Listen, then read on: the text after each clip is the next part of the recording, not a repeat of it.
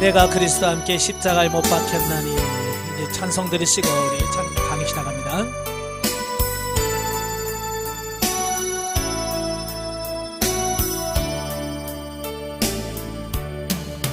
내가 그리스도와 함께 십자가에 못 박혔나니. 그런즉 이제 내가 산 것 아니여 오직 내 안에 예수께서 사신 것이라. 이제 내가 육체 가운데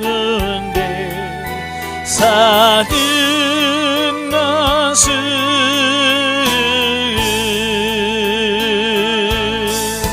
나를 사랑하사 자기만 버리신 예수의 사랑하시라. 이제 내가 육체 가운데 사는 것은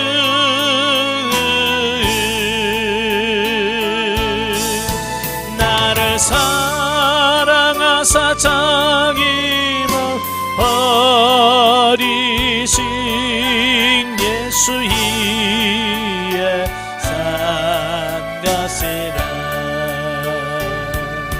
아멘. 기도하겠습니다. 은혜로우신 아버지 감사합니다. 오늘도 우리를 사랑해 주셔서 훈련의 장소로 인도하시고 골로새서 2장의 말씀을 같이 상고하게 하셔서 감사합니다. 오늘 이 말씀을 날 때 그 말씀들이 살아있는 말씀이요 생명의 말씀이 될 수 있도록 성령님 도와주옵소서. 시종을 맡겨오며 예수님의 이름으로 감사하며 기도합나이다. 아멘. 예, 이 시간 우리 골로새서 2장을 보도록 하겠습니다. 골로새서 2장 내용이 뭐냐면 그 골로새 교회를 위한 바울의 염려와 권면, 또 이단 사상에 대한 경계에 대한 말씀을 하고 있습니다. 그 중에서 이제 1절부터 7절이 첫째 단락인데요, 그 골로새 교회에 대한 사도 바울의 염려와 권면입니다. 예, 본문에서 그 바울은 골로새 교회에 대한 자신의 염려와 관심을 표명을 하고 있는데요, 사실 골로새 교회는 사도 바울이 세운 교회가 아니라고 그랬죠. 예, 사도 바울이 직접 세운 교회가 아니고요, 에바브라 디도가 가서 세운 교회다라고 이렇게 볼 수 있어요.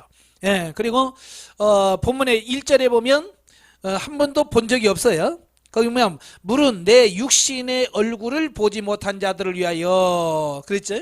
예, 한 번도 골로새 교회 사도 바울이 간 적도 없고요, 그들이 본 적도 없는 이제 그런 교회랍니다. 자, 그럼에도 불구하고 어때요? 예, 바울은 거기다가 관심을 갖고 그들에게 유익을 주기 위하여 편지까지 썼다고 말이에요. 아마 보통 사람들은 뭐 나 몰라라, 그죠? 왜 나와 상관없잖아요. 내가 세운 교회도 아니고. 그래서 관심 없을 수 있어요. 그런데 사도 바울은 거기에도 말이죠, 관심을 가졌다는 거예요. 예, 왜냐? 골로새 교회에 이단 사상이 침투해 그릇된 교리가 성행하고요, 또 교회가 분열될 위기에 처했다는 소식을 들은 바울은 비록 자신은 죄수의 몸으로 로마 감옥에 갇혀 있었으나 마음은 골로새 교인들에게 있었다라고 하는 거예요. 참, 우리가 이제 에베소 교회, 빌립보 교회, 세 번째 골로새 교회를 살펴보고 있지만 어때요? 이 교회마다 다 문제가 있다라고 하는 거예요. 다 문제가 가지고 있어요. 이게 뭐냐? 유형 교회의 한계예요. 이 세상에 있는 유형 교회는 물론 이제 완벽해야 되겠지만 완벽해지지 못합니다. 왜? 다 죄인들이 모인 공간이기 때문에 그래요. 그래서 초대교회부터 시작해서 문제없는 교회가 없다. 그러면 문제를 당연시 해야 되는가? 이제 아니죠. 문제를 해결해 가면서 온전한 교회로 세워져 가도록 힘쓰고 애쓰는 과정이 필요한 거죠. 예. 그래서 이 빌립보 교회나 마찬가지로 이단이 교회 안에 들어왔고요. 예. 그다음에 두 번째는 또 교회가 성도들 간에 또 분열, 그래서 더 갈라설 수밖에 없는 어떤 그런 상황이 왔다는 거예요. 그래요. 얼마나 이게 문제가 컸으면 감옥에 있는 바울에게까지 찾아와서 그 사실을 이야기하면서 어떻게 하면 좋겠느냐라고 상의를 했을까요? 그러니까 그 골로새 교회의 분열 문제는 상당히 심각한 문제였다라고 이렇게 볼 수 있겠죠. 예. 한편 바울이 염려하는 것은 저들로 하여금 성도 간의 마음의 이완과 사랑의 연합, 또 원만한 이해, 그리고 하나님의 비밀인 그리스도를 깨닫게 하려는 데 있었다. 예, 즉 바울은 골로새 교인들로 하여금 참된 지혜와 지식은 그리스도 안에 풍성히 감춰져 있음을 깨닫게 하여 어떠한 이단 사상의 소금에도 빠지지 않게 하려 한 것이다. 그랬어요. 예. 그래서 3절 4절에 보면 그 안에서는 지혜와 지식의 모든 보화가 감추어 있느니라.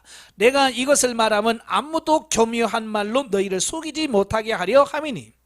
그러니까 사도 바울은 이 골로새 교회의 문제를 파악하고 그들을 위해서 권면하는데 제일 강조하는 게 뭐냐면 그리스도를 강조해요. 예수 그리스도를 강조. 왜? 그리스도 안에 모든 게 다 들어있더라는 거예요. 네, 특별히 구원에 대한 부분 모두가 다 예수 그리스도 안에 다 들어있더라는 거예요.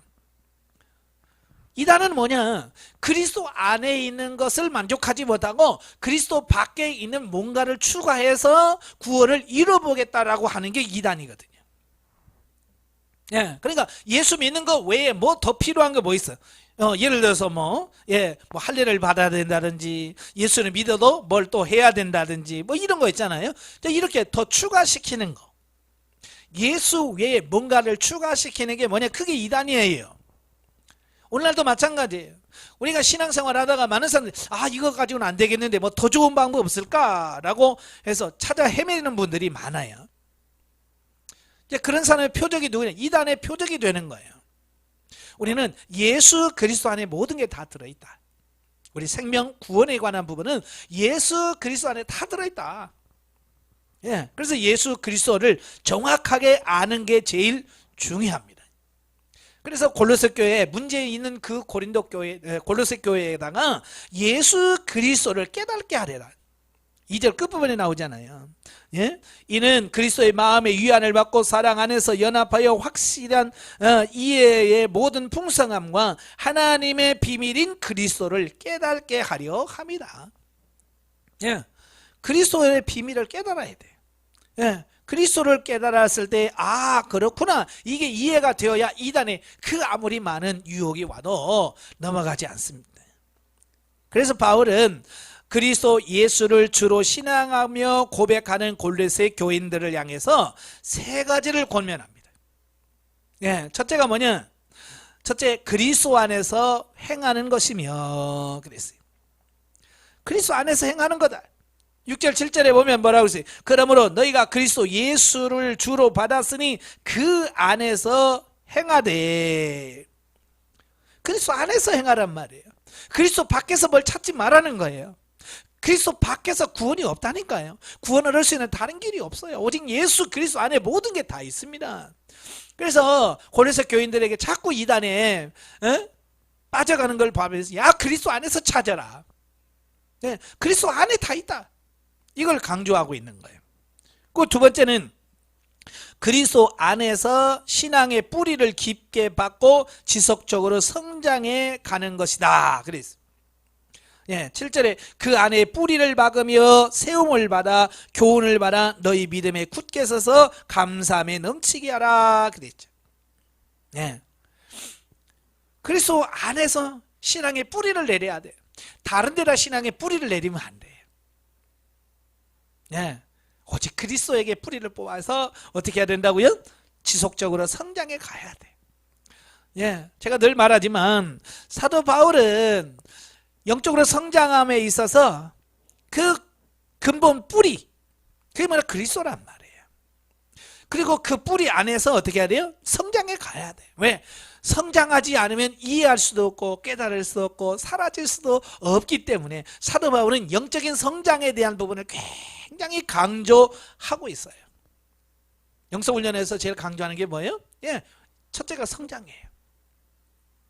성장해야만 이해할 수 있고 깨달을 수 있고 사라질 수 있기 때문에 그래요. 성장하길 바래요. 그 다음에 세 번째는 받은 바 하나님의 은혜에 대하여서 감사의 생활로 응답해라. 감사가 넘치게 하라. 즉 그리스도에 대한 정확한 지식과 굳은 믿음으로 여러 이단 사상의 유혹을 물리칠 것을 촉구하고 있는 것이에요. 그러니까 우리가 잘 아는 것처럼 창세기 보면 그 아담과 하와가 그 뱀의 유혹에 미혹돼서 넘어가잖아요. 근데 뱀이 왜 아담에게 접근하지 아니하고 왜 하와에게 접근했을까? 간단해요. 아담은 직접 하나님으로부터 이 열매를 먹으면 죽는다라고 하는 확실한 언약을 받은 거예요. 그래서 아담은 하나님께 들었기 때문에 그걸 가지고 있는 거죠. 그러나 이 하와는 아담으로부터 전해 들은 거예요. 전해 듣다 보니까 하나님께서 전하려고 하는 그 확실한 메시지가 박히질 않은 거예요. 그래서 뭐라고 그래? 야, 이거 먹지 말라거든요. 그러니까 뭐라고 그래? 아니야, 이건 먹지도 말고 보지도 말고 만지지도 말고 죽을 까노라 그랬대. 언제 성경에 그런 말이 있어요? 이걸 먹는다는 반드시 죽으리라 그랬지. 근데 하와가 그렇게 어설프게 안 거예요. 정확하게 말씀에 대한 인식이 없었어요. 바로 바울은 그걸 아는 거예요. 그래서 이 골로새 교인들에게 이단에 지금 빠지고 있는 그들에게 야, 그리스도에 대해서 바르게 인식해야 된다. 바른 인식. 이게 이단에 빠지지 않는 지름길이다. 그 얘기를 하고 있는 거예요. 지금도 마찬가지예요. 예수 그리스도에 대한 바른 지식이 없는 사람들은 어때요? 이단에 빠져. 이단에 넘어갑니다. 왜? 기독론에 대해서 문제가 많아요. 예수 그리스도에 대해서 정확하게 알지 못하는 거예요. 그래서 우리가 이단에 빠졌다라고 하는 것을 보게 됩니다. 그래서 그리스도에 대한 바른 이해가 필요하다는 거. 자, 두 번째 단락이죠. 두 번째 단락 8절부터 23절까지 보면 이제 그릇된 교훈에 대한 경계입니다. 자, 본문에서 바울은 골로새 교회에 침투한 여러 이단 사상들에 대해서 그리스도의 계시와 신앙에 비추어서 논박하면서 먼저 당시 골로새 교회에 있던 여러 이단 사상들이 모두 그리스도의 충만과는 대조되는 공허한 것임을 밝히고 있다 그랬어요. 그리스도 안에 있으면 채워짐이 있어요. 충만합니다. 왜? 그리스도 안에 모든 게 다 있고 그리스도로부터 채워지는 게 있어요. 근데 이단이라든지 이런 잘못된 사상들은요, 공허하단 말이에요. 이 공허라고 하는 말을 국어사전으로 아무것도 없이 텅 비어 있는 걸 말하고요. 그 다음에 실속이 없이 헛됨이나 그런 말을 해요. 이게 뭐냐? 이단에 빠진 결과라고 하는 거예요. 그러니까 처음에는 뭔가 있을 것 같아서 있어 보여서 넘어가지만 가보니까 공허하더라. 아무것도 없더라. 진짜 알맹이가 없는 거죠. 신천지 이단이 얼마나 우리 한국계에 얼마나 많은 피해를 끼쳤습니까? 그러나 코로나 때문에 그들이 많은 고민에 빠졌잖아요.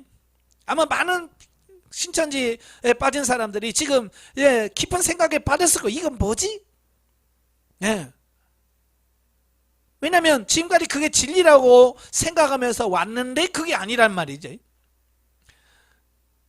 왜? 잘못 알고 가서 그래요. 우리는 정확한 바른 지식을 가지고 있어야 됩니다. 그래서 이단은 결국 공허하다. 결과가 공허할 수밖에 없다. 이걸 말씀해 주고 있습니다. 즉 하나님의 충만은 성육신하신 예수 그리스도께 계시되었고 그것은 또한 다시 예수 그리스도 안에는 성도들에게 채워주셨으므로 그리스도와 연합함으로써 성도들은 그리스도 안에서 충만케 된다는 것이다. 예, 그리스도 안에서 충만케 되어지는 거예요. 여러분, 핸드폰 충전할 때 아무데나 넣는다고 충전되는 게 아니죠. 예전에는 다 이렇게 꽂아야 충전이 됐죠. 근데 요즘 이제 무선 충전이 있잖아요. 그래서 그 충전 패드 위에다 올려놓으면 돼. 여러분, 아무 때나 올려놓는다고 해서 되는 게 아니에요. 그냥 테이블에다 올려놓는다고 저절로 충전되는 게 아니에요. 정확하게 충전되는 장소 패드 위에 올려놓아야 충전이 되는 것처럼 우리가 예수 그리스도 안에 정확하게 들어가야 거기서 충전을 얻을 수 있는 거예요. 오늘 많은 사람들이 신앙생활 하면서 공허하다라고 말이, 예, 주일날 가서 예배를 드리고 와도 채워지지 않는 뭔가가 있다라고 말합니다. 왜 그럴까요? 예, 제대로 그리스도 안에서 충전이 안 돼서 그래요. 예, 그냥 충전기에다 올려놓는다고 생각했는데 안 된 경우도 있잖아요. 뭐 예전에 보면 그렇잖아요. 충전기 잘 꽂은 줄 알고 이렇게 꽂았는데 이게 접속이 안 돼가지고, 예? 시간이 다 돼서 다 됐나 보면 아직도 안 돼 있는 경우가 있잖아요. 예, 뭔가 문제 있는 거예요. 오늘 우리가 예배를 드리면 예배를 드리는 순간에 뭐요? 네, 그리스도께 충전기를 꽂은 것 같은 게 되거든요. 그죠? 그래서 예배를 마치면 충전이 돼서 내가 성령에 충만해서 기쁨으로 나와야 돼. 그런데 오늘날 많은 사람들이 예배 드리면서 그렇게 충전돼서 충만해서 나오는 사람이 없어요. 채워지지 않는 거예요. 그러니까 나오면서 뭐야, 또 오늘도 예배를 드린 게 맞나? 내가 지금 왜 예배를 드렸지? 뭐 때문에? 라고 하는 생각으로 공허하다면 지금 심각한 거예요. 우리가 예전에는 다 그런 걸 경험했잖아요. 그래서 영성훈련하게 되면 내 영이 성장하고 성숙을 하게 되면 주님으로 더 채워지는 게 있어요. 예전에는 예배를 드려야 되고 뭘 해야 되지만 지금은 그렇지 않아요. 혼자 하나님과 1대1의 교제를 해도 채워지고, 성경을 읽어도 채워지고, 찬양을 해도 채워지고, 그리스도 안에서 충만하게 채워지는 역사가 있어요. 저도 예전에 참 많이 공허했었거든요. 그런데 채워짐의 역사를 경험하고 나니까 공허가 아니라 마치 우리가 밥을 맛있게 먹고 나면 어때? 든든하잖아요. 그죠? 배가 부르고 든든한 것처럼 예배를 드리거나 뭘 하면 이렇게 든든한 것을 보게 돼요. 왜? 채워지니까. 여러분, 그리스도 안에서 채워짐을 경험하시기를 바랍니다. 자, 그리고 바울은 그 당시 골로새 교회에 유행했던 다양한 이단 사상들을 조목조목 다루면서 그 허구성을 밝히는데요. 자, 이 골로새 교회에 있던 이단들이 뭐냐? 첫째가 바울이 거론하는 것은 할례를 행하며 율법의 규정을 따라서 먹고 마시는 것과 절기와 안식일 등의 율법과 전통 준수를 강조하는 율법주의에 대하여 언급을 하고 있습니다. 자, 이건 유대주의적 율법주의라고 그래요. 제가 빌립보 교회 하면서 설명을 드렸죠. 바로 유대인들이 기독교로 개종을 했어요. 그래서 예수를 믿어요. 예수를 믿지만 완전하게 예수께 모든 걸 다 맡기지 못하고 예전에 자기들이 가지고 있던 생각과 가치관 속에다가 기독교와 하나를 연합을 시켜버린 거야. 그래서 예수 그리스도 믿지만 예수 그리스도를 믿어도 할례를 행해야 되고 여러 가지 성경에서 말하는 절기나 이런 것들을 다 율법을 지켜야 구원에 이를 수 있다. 이렇게 주장하는 사람들이 유대주의적 율법주의자들이에요. 이에 대해서 바울은 심판하는 일은 오직 하나님께서만 하실 수 있는 일이며 율법의 실체이신 그리스도께서 오셨는데도 아직도 그림자에 불과한 율법에 머문다는 것은 어리석은 것임을 밝힘으로써 그 허구성에 대해서 지적을 해주고 있습니다. 그러니까 사도 바울은요, 율법이 뭔지를 정확하게 이해를 했어요.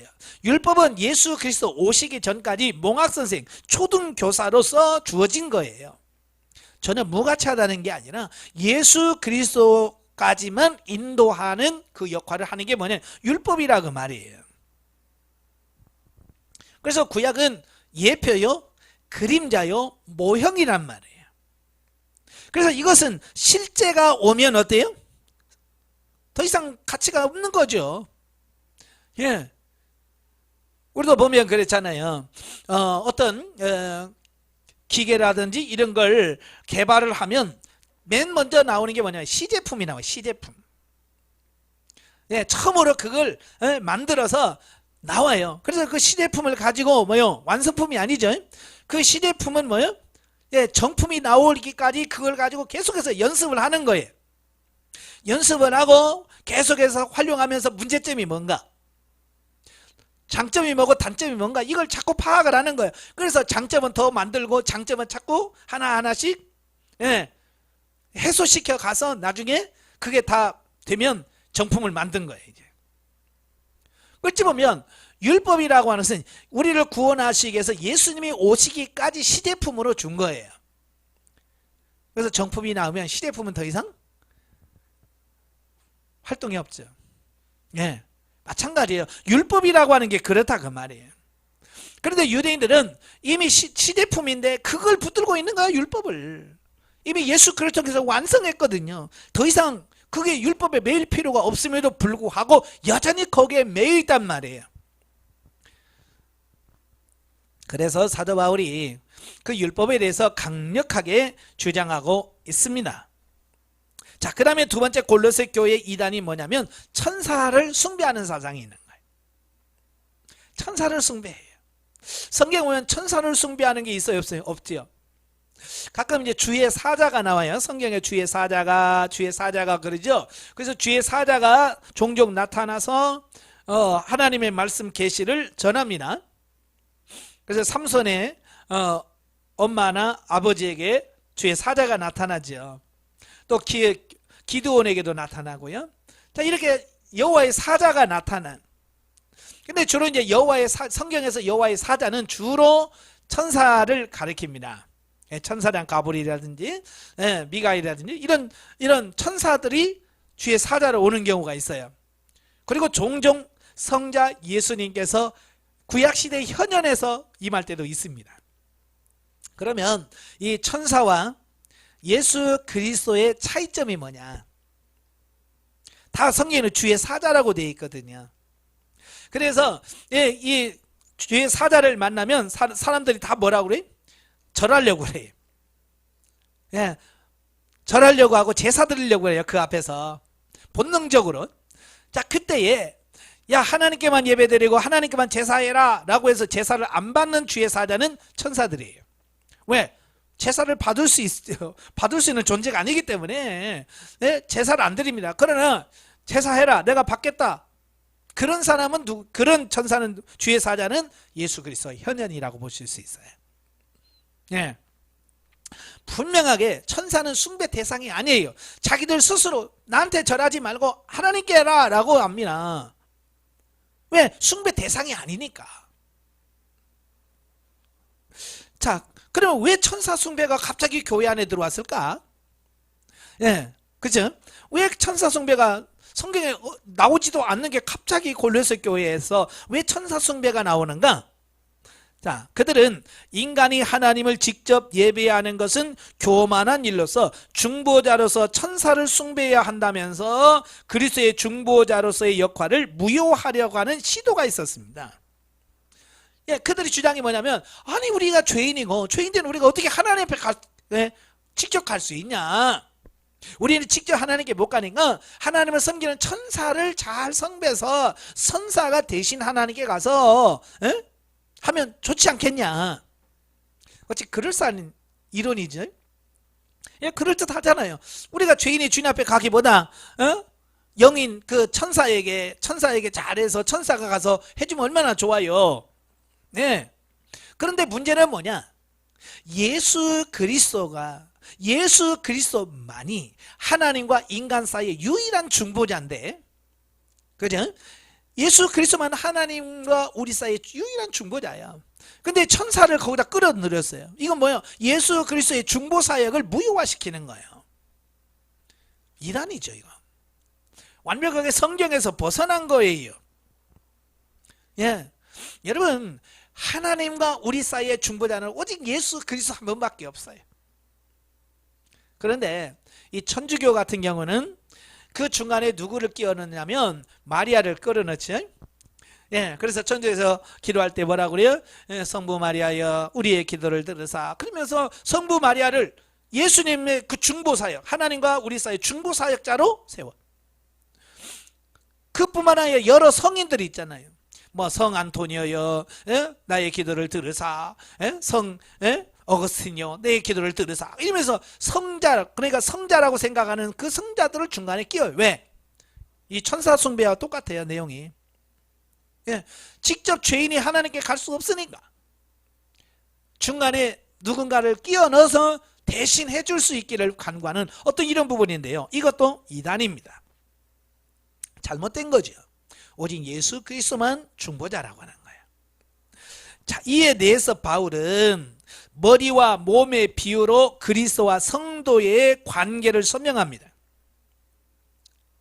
사실 몸이 머리 없이 생명력을 소유할 수 없듯이 성도는 그리스도와 연합함으로써 생명을 지니며 자랄 수 있다는 거예요.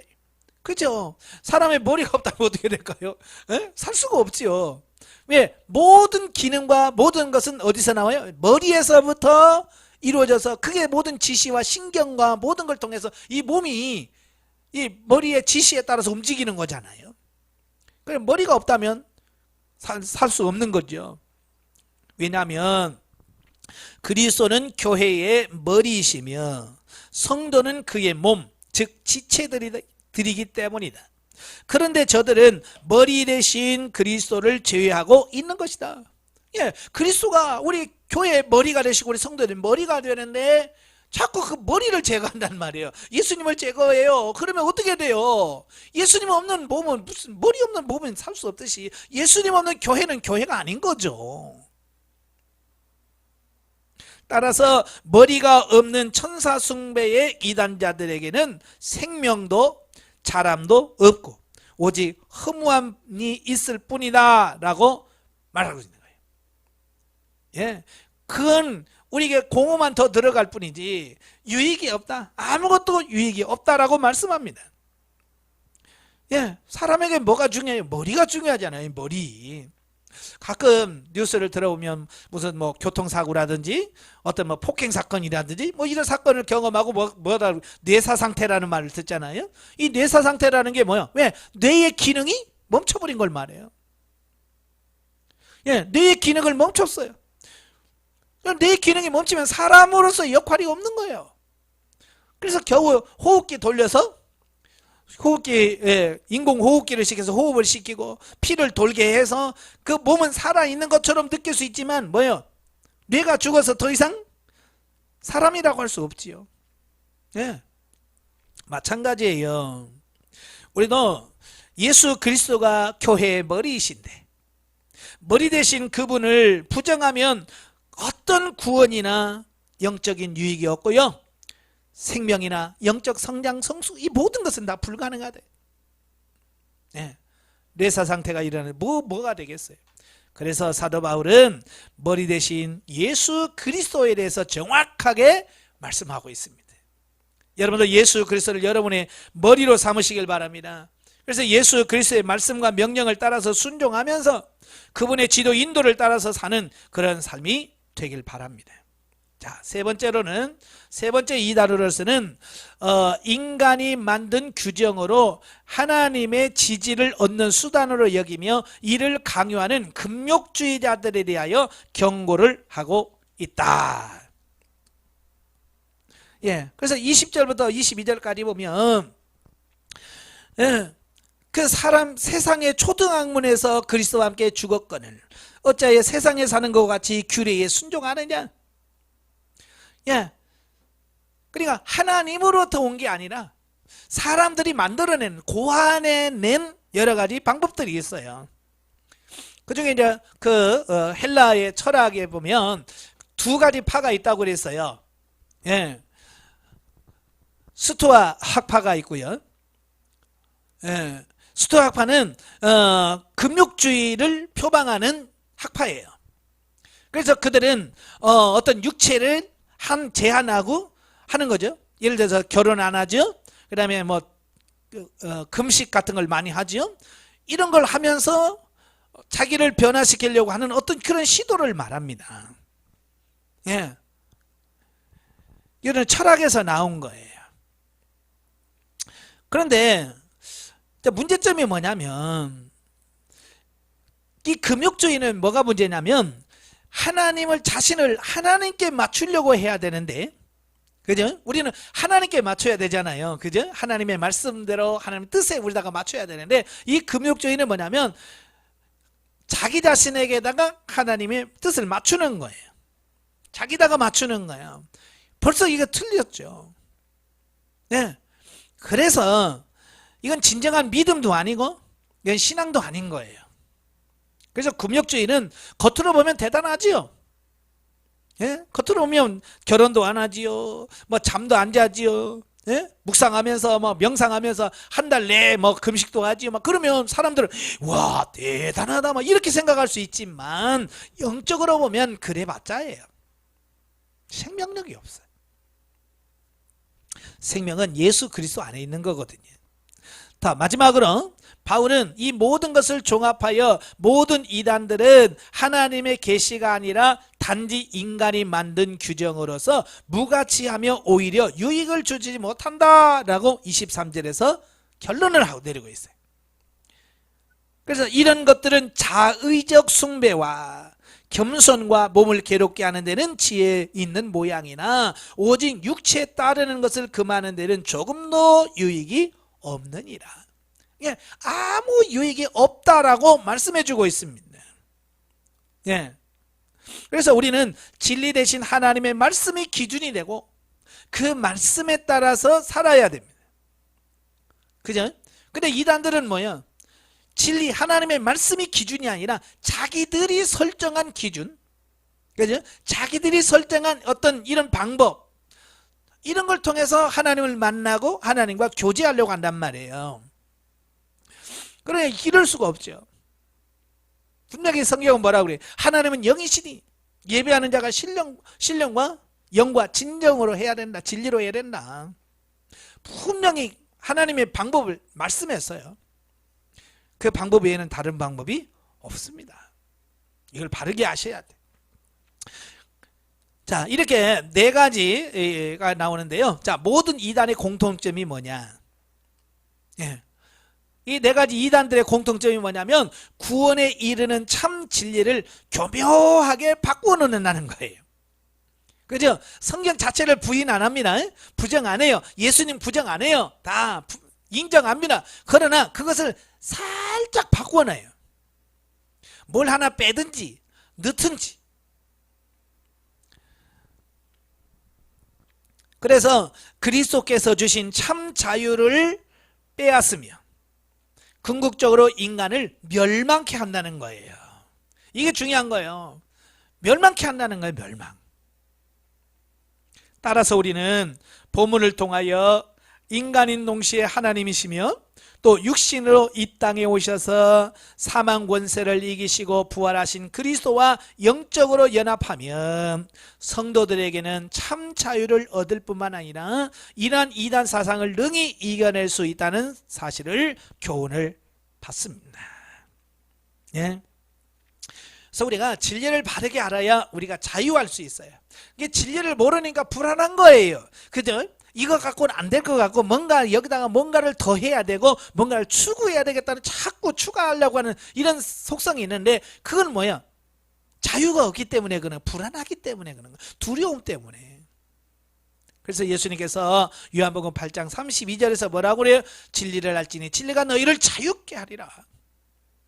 그래서 우리가 성경의 말씀을 바르게 알고 바르게 인식하는 것이 뭐냐? 거기서 참 자유를 누리고 만족을 누릴 수 있다는 거예요. 그래서 진리를 바르게 하시길 바라요. 진리는 성경입니다. 성경에 대해서 바른 이해를 하셔야 돼요. 자, 영적에 보죠. 하늘의 신령한 진리와 지식을 얻지 못하면 감정과 경험에 근거한 신앙에 빠지기 쉽다. 네, 바른 진리와 지식이 없으면 자꾸 넘어질 수밖에 없어요. 그리고 자기 감정과 경험에 이끌려 갈 수밖에 없어요. 그래서 경험주의, 체험주의, 그리고 그것이 전부라고 생각하면서 거기에 빠져버리잖아요. 그래서 지식을 통하여 습득하는 세상 지혜와 성령으로 변화를 받고 말씀을 쫓아 성령 안에 살아감으로 얻어지는 신령한 지혜는 분명히 다르다. 예, 그래서 우리가 배워서 얻는 지식과 성령을 통해서 얻는 지식이 달라요. 예, 그래서 바로 이 신령한 지혜, 지식을 우리가 구분할 수 있어야 돼요. 그래서 지식을 통해서 얻은 지식은 사람을 교만하게 한다 그랬죠. 예, 예, 세상 지식은 사람을 교만하게 해요. 그러나 하나님을 아는 지혜는 뭐야? 자유와 안식을 준다. 결과가 이렇게 달라요. 우리가 진리와 성령으로 하나님의 거룩하심으로 충만하게 되면 형용할 수 없는 은혜와 생명이 그 안에 넘치는 것을 알 수 있다.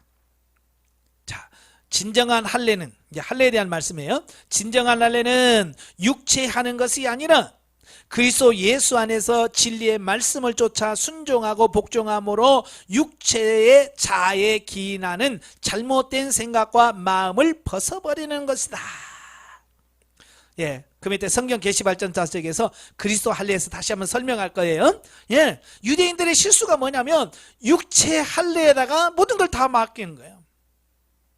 이건 하나의 상징적인 거거든요.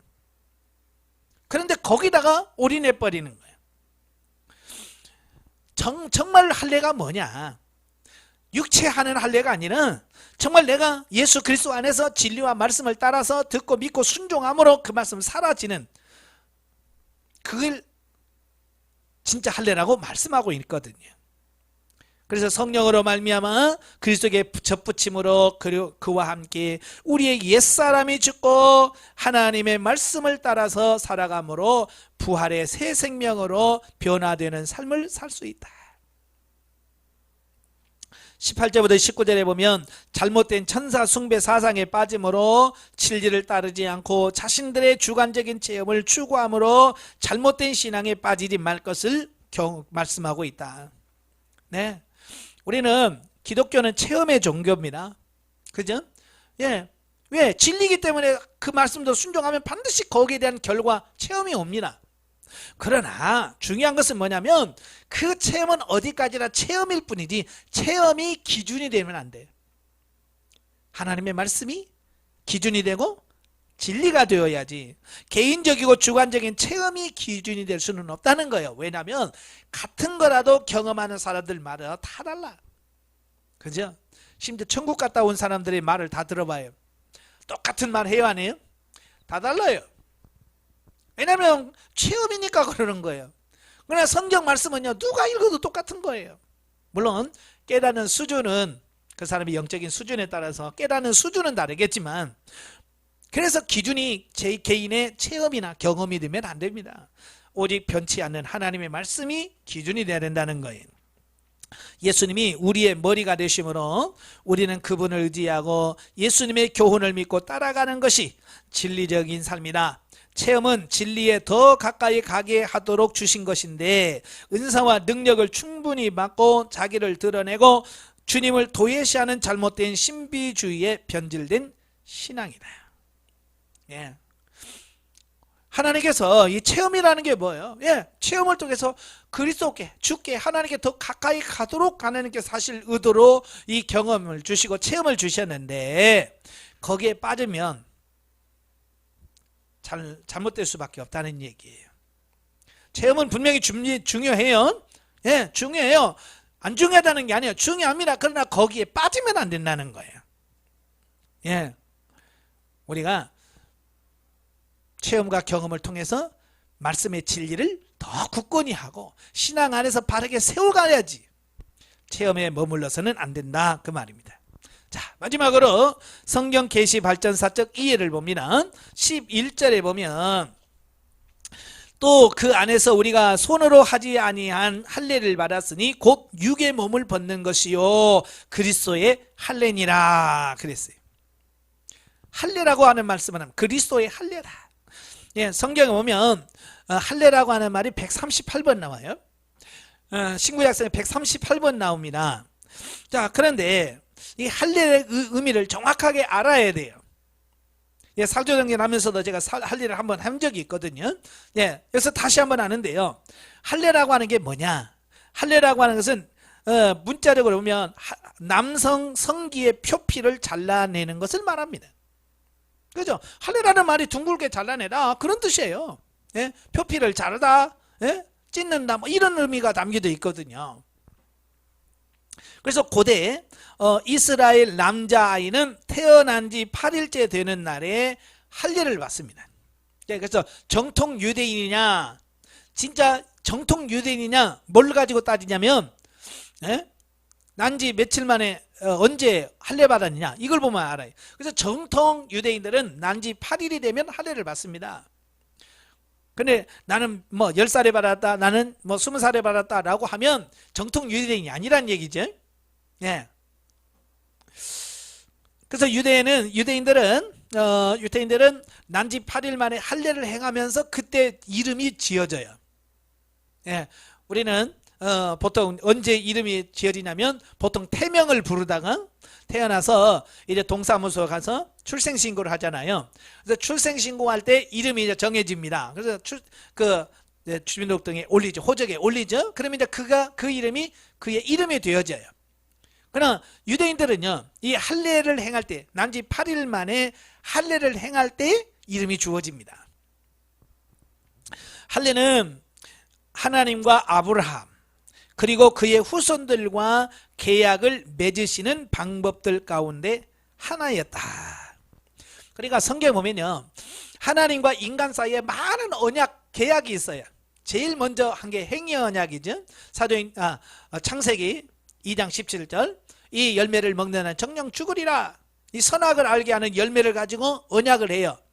이걸 행위 언약이라고 그래요.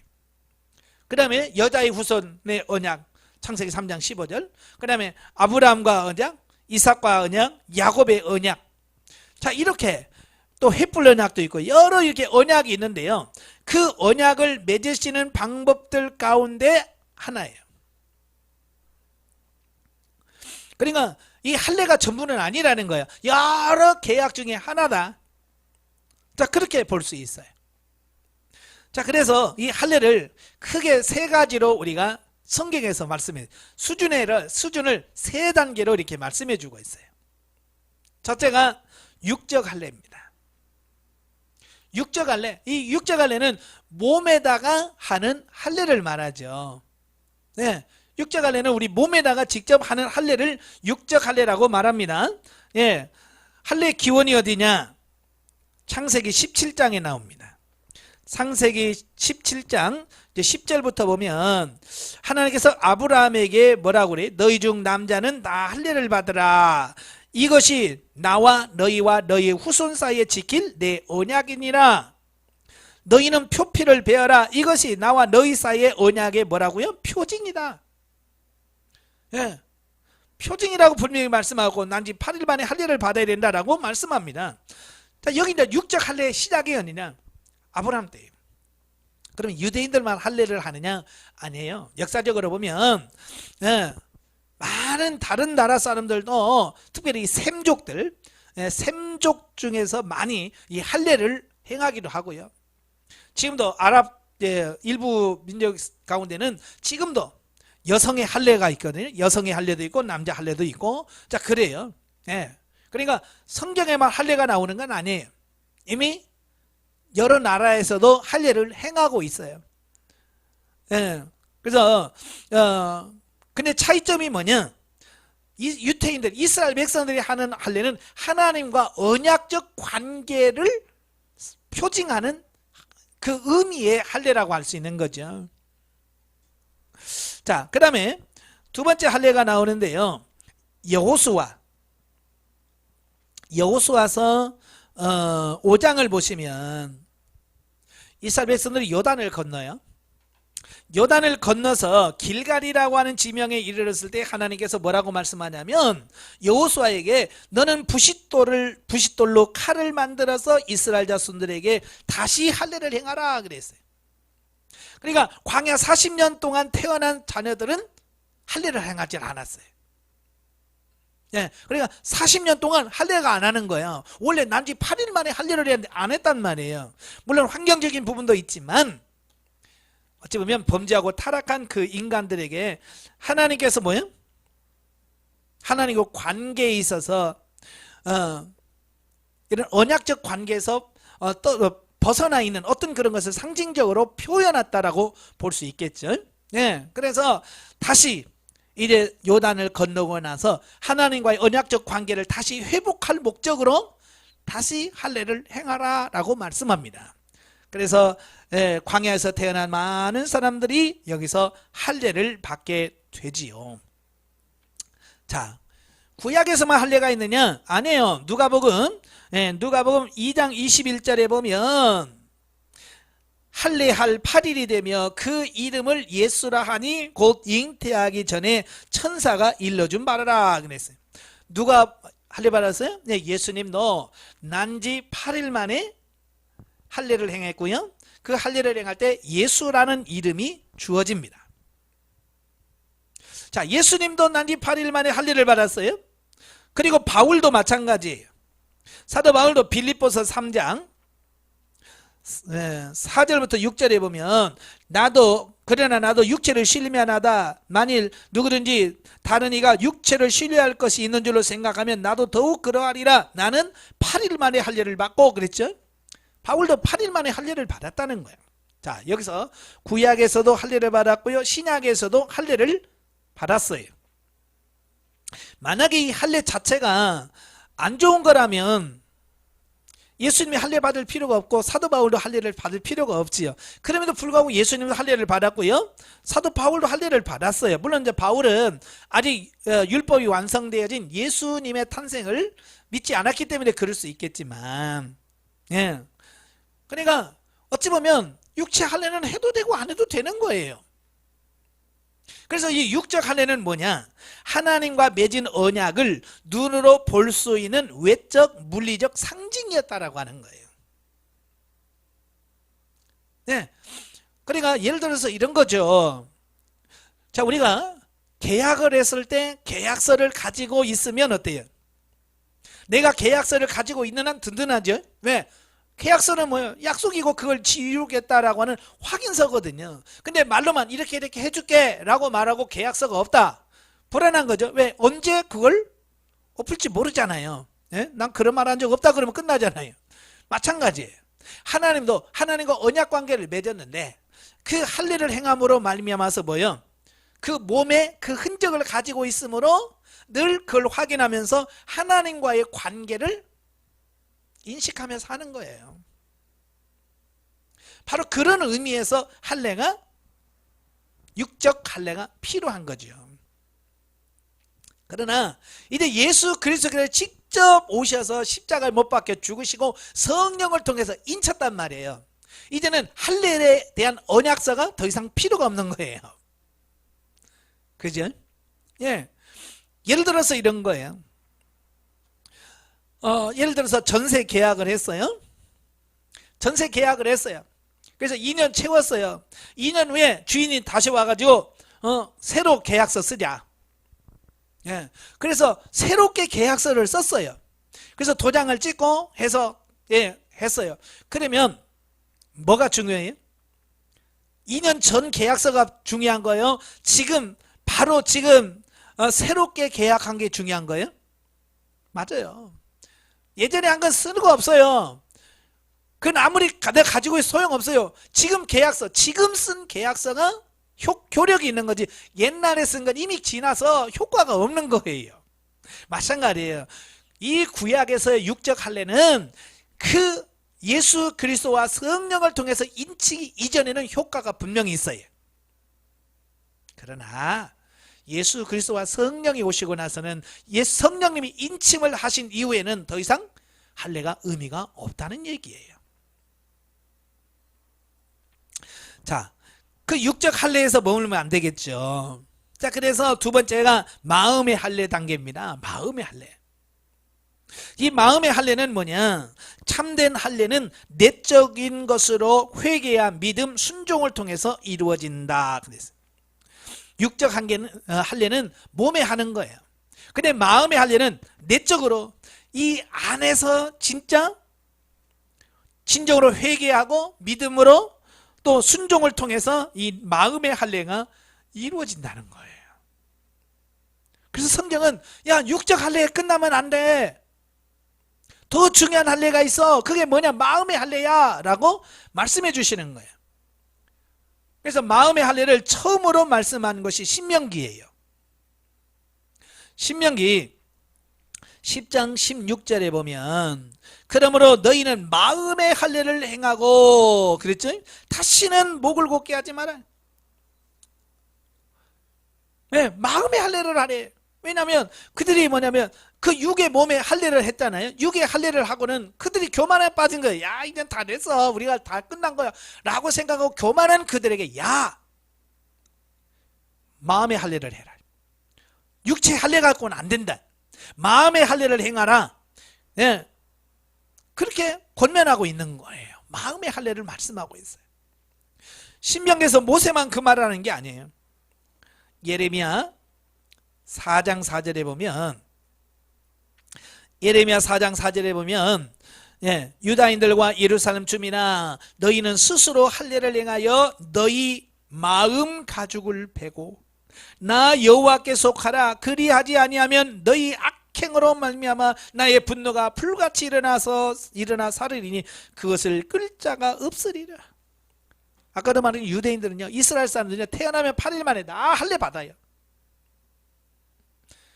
그래서 하나님께서 육체 할례 왜 안 했어가 아니라 육체 할례 받은 것은 그만두고 너희 스스로 할례를 행하여 너희 마음의 가죽을 베라. 육체의 가죽이 아니라 마음의 가죽.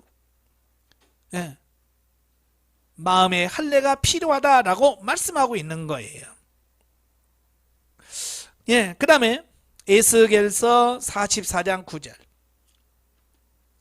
에스겔서 44장 9절에 보면 주 여호와께서 이같이 말씀하셨느니라. 이스라엘 족속 중에 있는 이방인 중에 마음과 몸에 할례를 받지 아니한 이방인은 내 성소에 들어오지 못하리라. 예, 출애굽기 12장에 보면 유월절을 지키면서 유월절은 할례 받지 못한 자들은 참석하지 못한다 그랬죠. 그런데 여기서는 뭐라 그래? 마음과 몸의 할례. 몸에만 해갖고는 안 된다는 거예요. 마음에까지 할례를 행해야 하나님의 성소에 들어올 수 있다. 그 말씀을 하고 있어요. 그 다음에 신약성에 가면 로마서가 나와요. 로마서 2장 29절에 보면 28, 29절에 보면 무릇 표면적 유대인이 아니요 표면적 육신의 할례가 할례가 아니니라. 오직 이면적 유대인이며 할례는 마음에 할지니 영에 있고 율법 조문에 있지 아니한 것이라. 예, 유대인들은요 육체 할례만을 자꾸 강조하는 거예요. 그런데 바울은 야, 육체 할례가 아니라 마음에 해라. 마음의 할례가 진짜 할례다. 자, 이 얘기를 하고 있는 거예요. 그러니까 육체 할례만 하고 나는 끝났다가 아니라 이제 마음속에서부터 하나님의 말씀을 듣고 믿고 순종하는 데까지 가야 돼요. 그게 따르지 않으면 안 되는 거죠. 그러면 마음의 할례로 끝나냐? 예, 마음의 할례까지만 하면 되느냐? 아니란 얘기예요. 오늘 본문 골로새서 2장 11절에 보면 그리스도의 할례, 그리스도 할례에 대해서 말씀해요. 자, 여기서 그리스도의 할례라고 하는 말을 헬라어로 보면 엔테페르토메 투 크리스투. 이 말은 그리스도께서 직접 체험하신 육적 할례라는 말이에요. 예수님께서 직접 경험한 육적 할례라고 하는 말을 하는데요, 영적으로는 무슨 말이냐면 육적 몸을 벗는 것이다. 그리스도가 하는 할례는 뭐냐? 그리스도 할례는 뭐냐? 육적 몸을 벗는 거다. 그 11절 바로 앞에 나오잖아요. 곧 육의 몸을 벗는 것이요. 육의 몸을 벗는 거라는 거예요. 자, 여기서 육적 몸을 벗는 것은 뭐냐? 죄악된 옛 본성과 그로 야기되는 기존의 모든 행위들을 포기하는 것을 말한다. 육신에서 나오는 모든 본질적인 부분, 악한 것들을 다 포기하고 내려놓고 처리하는 것을 그리스도의 할례다라고 말하는 거예요. 오늘날 예수를 믿어도 육체가 팔팔하게 살아있죠? 육신의 본능이 그대로 살아있습니다. 그렇게 사라지고 있습니다. 왜? 그리스도의 할례가 이루어지지 않아서 그래요. 내 자아가 처리되고요, 죽어져야 됩니다. 나로 사는 것이 아니라 오직 그리스도로 사는 것이다 라고 우리가 찬양했잖아요. 예? 그게 뭐냐? 그리스도의 할례라는 거예요. 우리가 이 단계까지 가야 돼. 많은 분들을 보면서 이 마음의 할례까지는 오신 분들은 종종 봐요. 마음의 할례까지 종종 이루어진 분을 보는데 이 그리스도의 할례까지는 못 미치는 분들이 너무 많아요. 그냥 마음의 할례 수준에서 끝납니다. 사도 바울은 그리스도의 할례까지 우리를 가라고 말합니다. 자, 결론입니다. 유대 율법주의자들은 그들이 시행하는 육적 할례야말로 하나님의 백성임을 표시하는 진정한 증표라고 주장합니다. 그죠? 유대인들은 그걸 증거합니다. 그래서 할례를 행해야 구원받는다라고 주장을 합니다. 그러나 바울은 몸에 할례 받는다고 되는 게 아니라 오직 그리스도가 친히 이루어 놓으신 구속죄의 상징되는 마음의 할례와 그리스도의 할례만이 진정한 의미의 구속을 이룬다라고 말합니다. 쉽게 말하면 몸의 할례 받는다고 구원받는 게 아니라 마음의 할례와 그리스도의 할례까지 가야 진정한 구원이 있다, 그 말씀을 하고 있습니다. 자, 여러분 점검해 보세요. 지금 여러분은 어디까지 왔습니까? 육적 할례 수준에 머물러 있습니까? 나 세례 받았어요, 나 집사예요, 나 장로예요, 나 목사예요, 그 수준에 머물고 있습니까? 그것이 진정 여러분을 구원할 것 같아요? 아닙니다. 목사라고 구원이 확정된 건 아니에요. 권사라고 장로라고요, 나는 구원이 이미 확정된 거야, 그럴 수 없습니다. 마음의 할례가 가야 돼. 진정 내 안에서 회개와 변화와 하나님 말씀에 순종하는 부분이 나와야 돼. 뿐만 아니라 예수 그리스도께서 사셨던 그 삶, 나는 없고 오직 예수 그리스도 사는 삶, 크게 나와야 돼요. 예수님 보세요. 요한복음에 보면 내가 말하는 것도 내가 하고 싶어서 하는 말이 아니라 아버지께서 하라고 하신 말씀을 전한다. 자기를 완전히 내려놓으셨잖아요. 자기는 없습니다. 내 뜻은 없습니다. 아버지의 뜻만 있습니다. 그리스도의 할례가 그런 거예요. 여러분, 그리스도의 할례 수준으로 올라가시길 바라요. 그래서 정말 그리스도의 할례가 이루어졌을 때 비로소 우리의 육적 몸이 벗어지고 정말로 예수 그리스도가 사셨던 그 삶이 우리 가운데서 나타날 거예요.